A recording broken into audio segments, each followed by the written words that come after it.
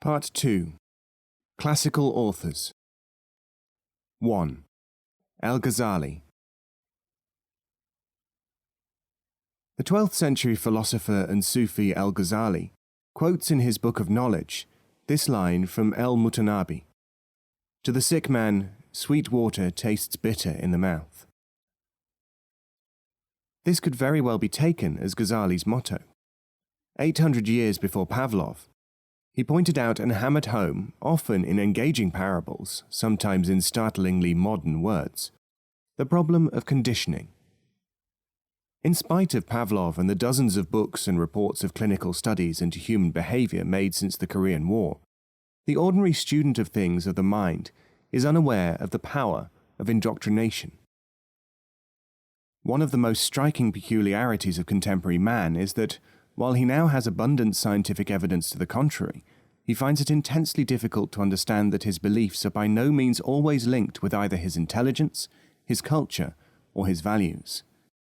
He is therefore almost unreasonably prone to indoctrination. Indoctrination in totalitarian societies is something which is desirable, providing that it furthers the beliefs of such societies. In other groupings, its presence is scarcely even suspected. This is what makes almost anyone vulnerable to it. Ghazali's work not only predates, but also exceeds the contemporary knowledge of these matters. At the time of writing, informed opinion is split between whether indoctrination, whether overt or covert, is desirable or otherwise, whether, too, it is inescapable or not. Ghazali not only points out that what people call belief may be a state of obsession, he states clearly, in accordance with Sufi principles, that it is not inescapable, but insists that it is essential for people to be able to identify it. His books were burnt by Mediterranean bigots from Spain to Syria. Nowadays they are not put into the flames, but their effect, except among Sufis, is perhaps less. They are not read very much. He regarded the distinction between opinion and knowledge as something which can easily be lost. When this happens, it is incumbent upon those who know the difference to make it plain as far as they are able. Ghazali's scientific, psychological discoveries, though widely appreciated by academics of all kinds, have not been given the attention they deserve because he specifically disclaims the scientific or logical method as their origin. He arrived at his knowledge through his upbringing in Sufism, among Sufis, and through a form of direct perception of the truth, which has nothing to do with mechanical intellection. This, of course, at once puts him outside the pale for scientists. What is rather curious, however, is that his discoveries are so astonishing that one would have thought that investigators would have liked to find out how he made them. Mysticism, having been given a bad name like the dog in the proverb, if it cannot be hanged, can at least be ignored. This is a measure of scholastic psychology. Accept the man's discovery if you cannot deny them, but ignore his method if it does not follow your beliefs about method. If Ghazali had produced no worthwhile results, he would naturally have been regarded as only a mystic, and a proof that mysticism is educationally or socially unproductive. The influence of Ghazali on Western thought is admitted on all hands to be enormous. But this influence itself shows the working of conditioning. The philosophers of medieval Christendom, who adopted many of his ideas, did so selectively, completely ignoring the parts which were embarrassing to their own indoctrination activities. Ghazali's way of thought attempted to bring to a wider audience than the comparatively small Sufi one a final distinction between belief and obsession. He stressed the role of upbringing in the inculcation of religious beliefs, and invited his readers to observe the mechanism involved. He insisted upon pointing out that those who are learned may be, and often are, stupid as well, and can be bigoted, obsessed. He affirms that, in addition to having information and being able to reproduce it, there is such a thing as knowledge, which happens to be a higher form of human thought. The habit of confusing opinion with knowledge, a habit which is to be met with every day at the current time, Ghazali regards as an epidemic disease. In saying all these things, with a wealth of illustration and in an atmosphere which was most unconducive to scientific attitudes, Ghazali was not merely playing the part of a diagnostician. He had acquired his own knowledge in a Sufic manner, and he realized that higher understanding, being a Sufi in fact, was only possible to people who could see and avoid the phenomena which he was describing. Ghazali produced numerous books and published many teachings. His contribution to human thought and the relevance of his ideas hundreds of years later are unquestioned. Let us partly repair the omission of our predecessors by seeing what he has to say about method. What was the way of Al-Ghazali? What does man have to do in order to be like him, who was admittedly one of the world's giants of philosophy and psychology? Ghazali on the path. A human being is not a human being while his tendencies include self-indulgence, covetousness, temper, and attacking other people. A student must reduce to the minimum the fixing of his attention upon customary things like his people and his environment, for attention capacity is limited. The pupil must regard his teacher like a doctor who knows the cure of the patient. He will serve his teacher. Sufis teach in unexpected ways. An experienced physician prescribes certain treatments correctly, yet the outside observer might be quite amazed at what he is saying and doing. He will fail to see the necessity or the relevance of the procedure being followed. This is why it is unlikely that the pupil will be able to ask the right questions at the right time, but the teacher knows what and when a person can understand. The difference between social and initiatory activity. Ghazali insists upon the connection and also the difference between the social or diversionary contact of people and the higher contact. What prevents the progress of an individual and a group of people from praiseworthy beginnings is their stabilizing themselves upon repetition and what is a disguised social basis. If a child, he says, asks us to explain to him the pleasures which are contained in wielding sovereignty, we may say that it is like the pleasure which he feels in sport, though in reality the two have nothing in common, except that they both belong to the category of pleasure. Parable of the people with a higher aim. Imam al-Ghazali relates a tradition from the life of Isa ibn Maryam, Jesus, son of Mary. Isa one day saw some people sitting miserably on a wall by the roadside. He asked, "What is your affliction?" They said, "We have become like this through our fear of hell." He went on his way and saw a number of people grouped disconsolately in various postures by the wayside. He said, "What is your affliction?" They said, "Desire for paradise has made us like this." He went on his way until he came to a third group of people. They looked like people who had endured much, but their faces shone with joy. Isa asked them, "What has made you like this?" And they answered, "The Spirit of Truth. We have seen reality, and this has made us oblivious of lesser goals." Isa said, "These are the people who attain. On the day of accounting, these are they who will be in the presence of God."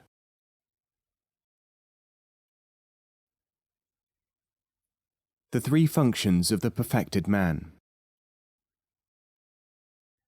The perfected man of the Sufis has three forms of relationship with people. These vary with the condition of the people. The three manners are exercised in accordance with 1. The form of belief which surrounds the Sufi, 2. The capacity of students who are taught in accordance with their ability to understand, and 3. A special circle of people who will share an understanding of the knowledge which is derived from direct inner experience. Attraction of celebrities. A man who is being delivered from the danger of a fierce lion does not object whether this service is performed by an unknown or an illustrious individual. Why, therefore, do people seek knowledge from celebrities? The nature of divine knowledge. The question of divine knowledge is so deep that it is really known only to those who have it. A child has no real knowledge of the attainments of an adult. An ordinary adult cannot understand the attainments of a learned man. In the same way, an educated man cannot yet understand the experiences of enlightened saints or Sufis. Love and self-interest. If one loves someone because it gives pleasure, one should not be regarded as loving that person at all. The love is, in reality, though this is not perceived, directed towards the pleasure. The source of the pleasure is the secondary object of attention, and it is perceived only because the perception of the pleasure is not well enough developed for the real feeling to be identified and described. You must be prepared. You must prepare yourself for the transition in which there will be none of the things to which you have accustomed yourself, says Ghazali. After death, your identity will have to respond to stimuli of which you have a chance to get a foretaste here. If you remain attached to the few things with which you are familiar, it will only make you miserable. Ignorance. People oppose things because they are ignorant of them. Ceremonies of music and movement. Such meetings must be held in accordance with the requirements of time and place. Onlookers whose motives are not worthy shall be excluded. The participants in audition must sit silently and not look at each other. They seek what may appear from their own hearts. The sterile woman. A man went to a doctor and told him that his wife was not bearing children. The physician saw the woman, took her pulse, and said, "I cannot treat you for sterility because I have discovered that you will in any case die within 40 days. When she heard this, the woman was so worried that she could eat nothing during the ensuing 40 days. But she did not die at the time predicted. The husband took the matter up with the doctor, who said, "Yes, I know that. Now she will be fertile." The husband asked how this had come about. The doctor told him, "Your wife was too fat, and this was interfering with her fertility. I knew that the only thing which would put her off her food would be fear of dying. She is now, therefore, cured." The question of knowledge is a very dangerous one. The dance. A disciple had asked permission to take part in the dance of the Sufis. The sheikh said, "Fast completely for 3 days, then have luscious dishes cooked. If you then prefer the dance, you may take part in it." A quality must have a vehicle. Speed, which becomes a virtue when it is found in a horse, by itself has no advantages. The idiot self. If you cannot find in a man an appropriate example of dedication, study the lives of the Sufis. Man should also say to himself, "Oh, my soul, you think yourself clever and are upset at being called idiotic. But what else are you in reality? You make clothes for winter, but no provision for another life. You are like a man in winter who says, 'I shall not wear warm clothes, but place trust in God's kindness to protect me from the cold.' He does not realize that, in addition to creating cold, God placed before man the means to protect himself from it. Man was made for learning. A camel is stronger than a man, an elephant is larger. A lion has greater valor.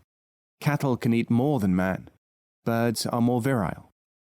Man was made for the purpose of learning. The price of knowledge. Assuredly, there is a price on this knowledge. It is to be given only to those who can keep it and not lose it. Book of Knowledge, quoting Ikrimah.